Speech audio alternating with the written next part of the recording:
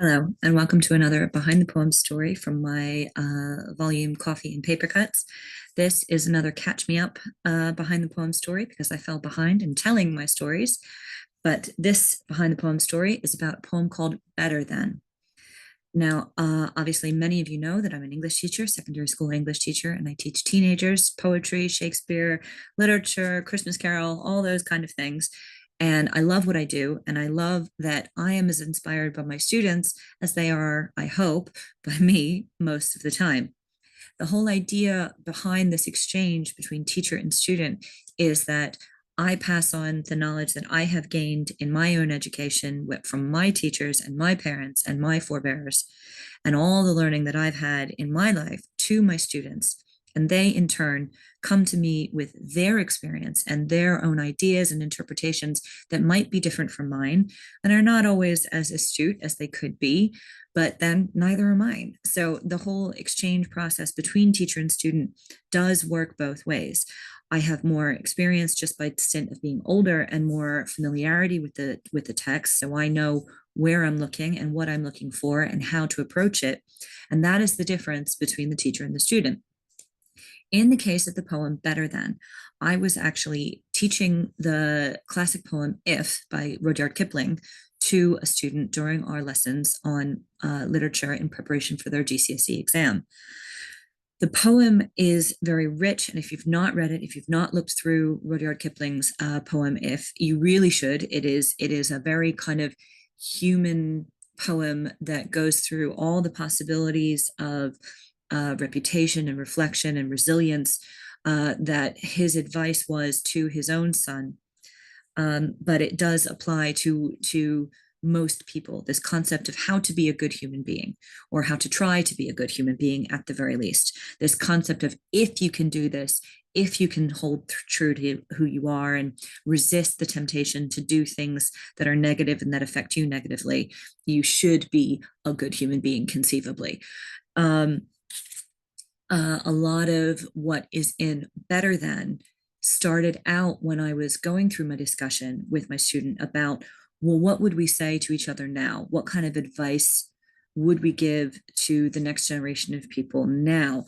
And there were lots of things that I experience as a teacher when I'm dealing with teenagers that I find frustrating, that I would try to advise my teenage students to avoid, things that I would ask them to think about before they do, trying to have the thoughts of their own, try to know where their opinions come from and check the sources of their information, because you want to be sure that even if they don't agree with me, that their own opinion is coming from somewhere that comes from them and not from some news source or some friend or social concept or something they just heard somewhere else and accepted as true without checking it.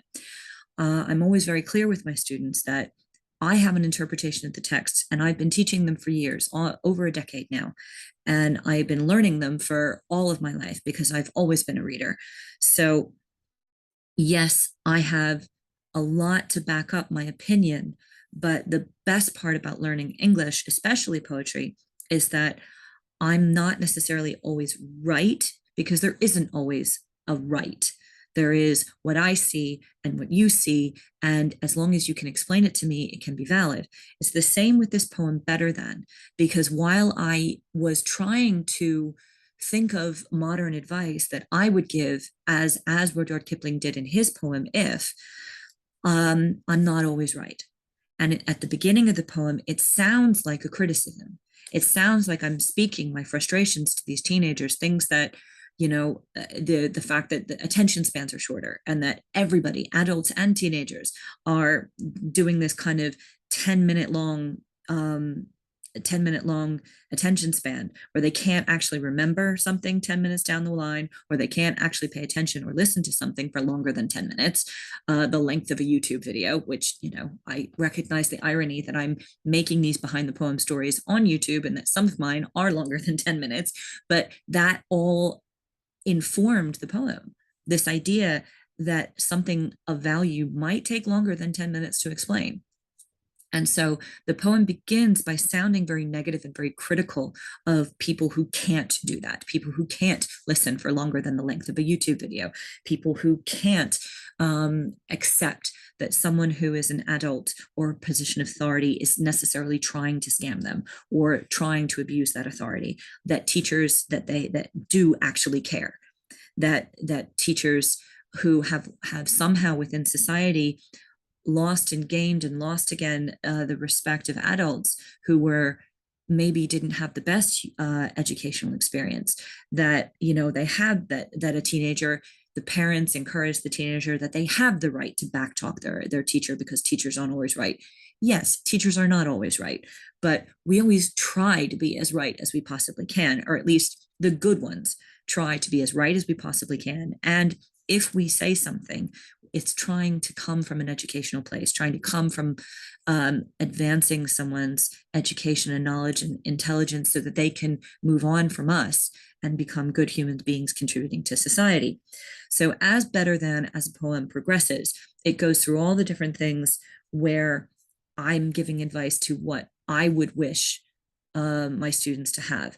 Think for yourself. Pay attention longer than a YouTube video. Don't just automatically dismiss something an adult is trying to tell you, forgetting that they are telling you it because they have experience. And going through all these different things, it sounds like I'm criticizing the teenagers. It sounds like I'm looking at the next generation, like, when in my day we didn't disrespect teachers. In my day we listened to people with experience. It's not always true. But by the end of the poem, the whole point is, if you try to do all of these things, you could be better than we were. The mistakes that we made, if you look at Generation X, Generation Z, millennials, even the boomers, any generation that comes before you, if you look at what happened and you learn from their mistakes, you don't have to repeat them. If you learn from the experience of a teacher, if you learn from the experience of your parents, if you learn where the news you're getting comes from, if you learn where the ideas come from and why they were valid at the time, but might no longer be valid, why opinions and attitudes and words and language were valid at the time, but are no longer valid. If you can look at all of those things and learn from that, and you are going to make your own mistakes, but if you don't ignore what came before, if you can listen for longer than 10 minutes, then you might not only be better than we were, you might actually manage to save us from the mistakes we made and can't now unmake. You would make different mistakes, but you might be able to correct the mistakes that we made and save us all, including yourself and including us, so that we don't have to live with those mistakes forever. And this whole kind of concept, I dedicated it to the post-millennials because I think it's important that we accept when we make mistakes that somebody else might have to fix them, and we have to help make that possible, that we have to reassure and pass on our knowledge and our experience so that whoever comes after us can do better than we did and constantly evolve as humanity.